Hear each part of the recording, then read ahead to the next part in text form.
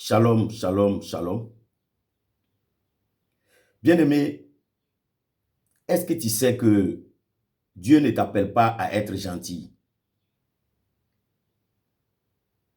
Ça peut te choquer, n'est-ce pas? Oui, est-ce que tu sais que Dieu ne t'appelle pas à être gentil sur la terre?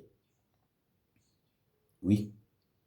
Dieu ne t'appelle pas à être gentil, mais Dieu t'appelle à être bon et bonne. Vous allez me demander en ce moment-là, quelle est la différence entre la gentillesse et la bonté?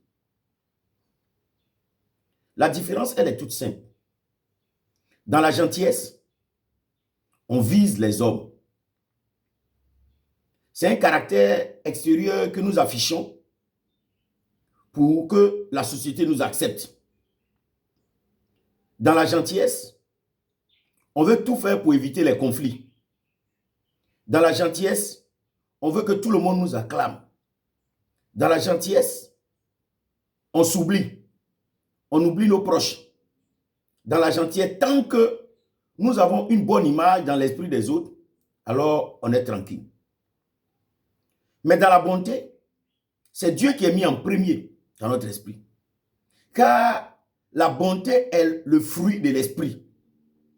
C'est un fruit de l'esprit. Galates 5, vers 2 le dit. La bonté est le fruit de l'esprit. Celui qui a Dieu en lui a la bonté en lui.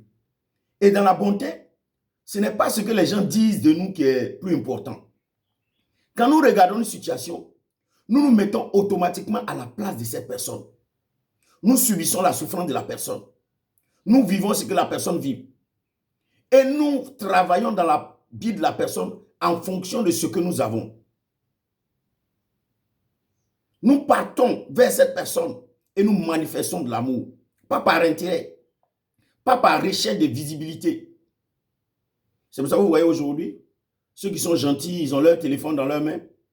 Ils s'en vont vers les gens qui disent « Ah, cette personne-là souffre ». On met la caméra et tout le monde regarde. On dit « Oh, le monsieur-là, il est bon, la femme-là, elle est bonne ». Ça, c'est de la gentillesse. Parce que la bonté, elle couvre, elle agit dans la vie des hommes, mais elle couvre la nudité des hommes. Elle agit en secret. La bonté va au-delà de notre personne. Mais la bonté n'est pas désordonnée. La bonté ne cherche pas les caméras. La bonté ne cherche pas les appareils photographiques. Malheureusement, aujourd'hui, beaucoup de personnes travaillent dans la gentillesse.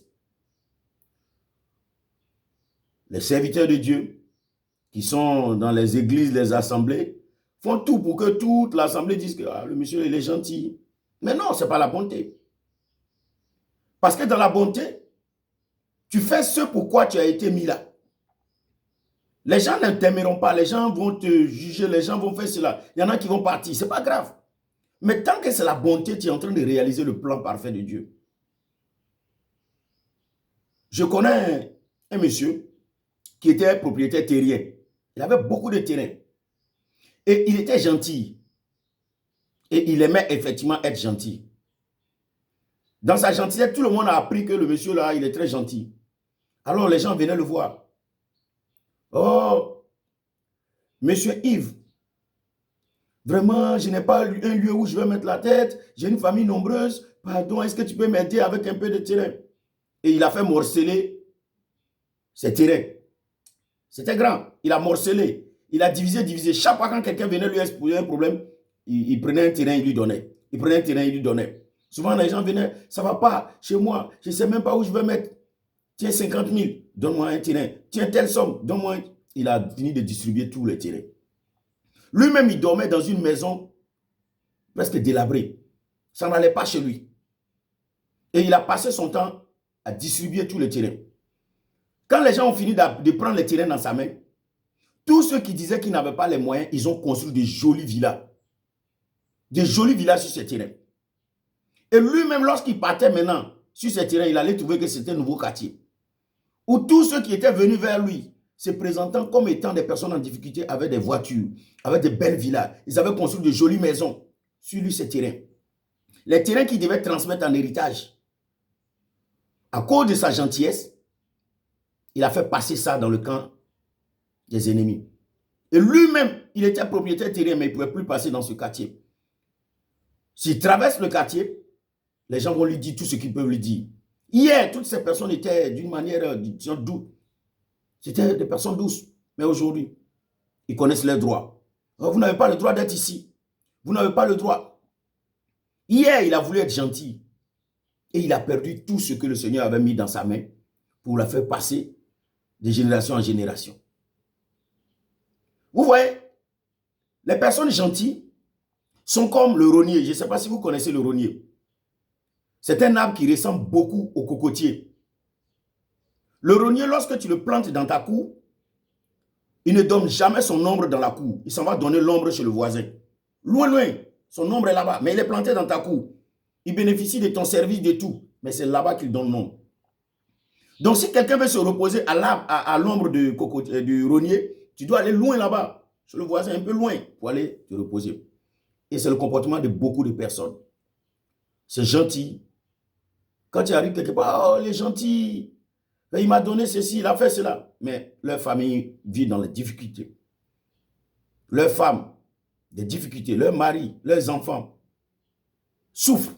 Pendant qu'en ce moment, dehors, ils ont des noms qui sont des noms on leur donne des noms même de divinités. Gentil, bon. Bien-aimé, s'il y a un secret que je vais te donner, arrête d'être gentil, sois bon. Dans la bonté, on commence toujours par Jérusalem. Comme le Seigneur Jésus disait à ses disciples, voici la mission que je vous donne. Allez, faites de toutes les nations des disciples. Mais il dit de commencer par Jérusalem. C'est le Jérusalem qui est le plus important. Vous commencez par Jérusalem. Vous allez en Samarie, en Judée, vous allez jusqu'à ce que vous arriviez aux extrémités de la terre. Mais avant d'arriver aux extrémités de la terre, il faut commencer par Jérusalem. Donc avant d'être cette source de gentillesse dehors, commence par ta famille. Commence par tes proches.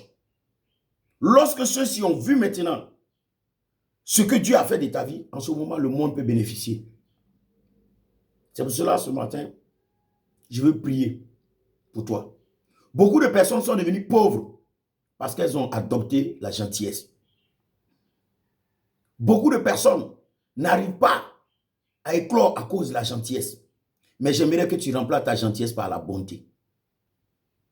La bonté va te permettre de pouvoir regarder d'abord dans tes poches, il y a combien. C'est dans ce qui est dans ta poche que tu peux sortir une partie pour donner à quelqu'un. En ne t'oubliant pas. C'est dans la gentillesse que tu peux aller emprunter de l'argent chez des gens pour aller aider quelqu'un pendant que toi tu souffres à rembourser. Et celui à qui tu as donné, lui, il va bien.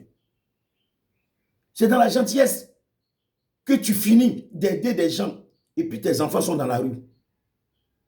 Tu finis d'aider et tu te retrouves toi-même avec toute ta famille dans la rue parce que tu n'as pas réussi à payer des maisons. Tu n'as rien réalisé de ta vie. C'est pour cela la parole de Dieu dit que Jésus donne cette parabole, disant qu'un homme partait en voyage et il a donné des talents. Et chacun devait fructifier. Dans la bonté, tu fructifies ce qu'on t'a donné.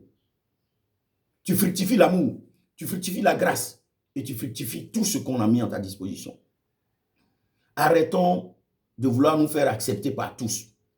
Arrêtons de nous présenter avec une image qui pourrait permettre à la société de dire « Ah, lui là, il est comme ça, celle-là, elle est comme ça. » Soyons des personnes remplies de bonté.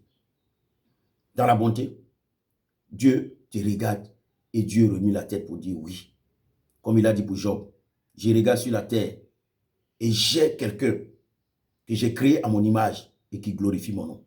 Mais dans la gentillesse, Dieu te regarde et il te dit, tu finiras par récolter ce que tu auras sémé.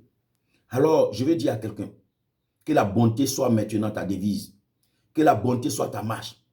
Si tu avais utilisé la gentillesse, je brise ce cycle de gentillesse. Je t'amène maintenant à un autre niveau, aller au-delà des émotions, à devenir une personne de bonté. Que la bonté marche avec toi, que la bonté continue toujours à traverser le temps avec toi, que la bonté t'accorde ce que la gentillesse n'a pas pu t'accorder, que la bonté te donne la résurrection, que la bonté te donne maintenant de multiplier le talent, que la bonté t'amène dans des espaces que tu n'as jamais pensé fouler.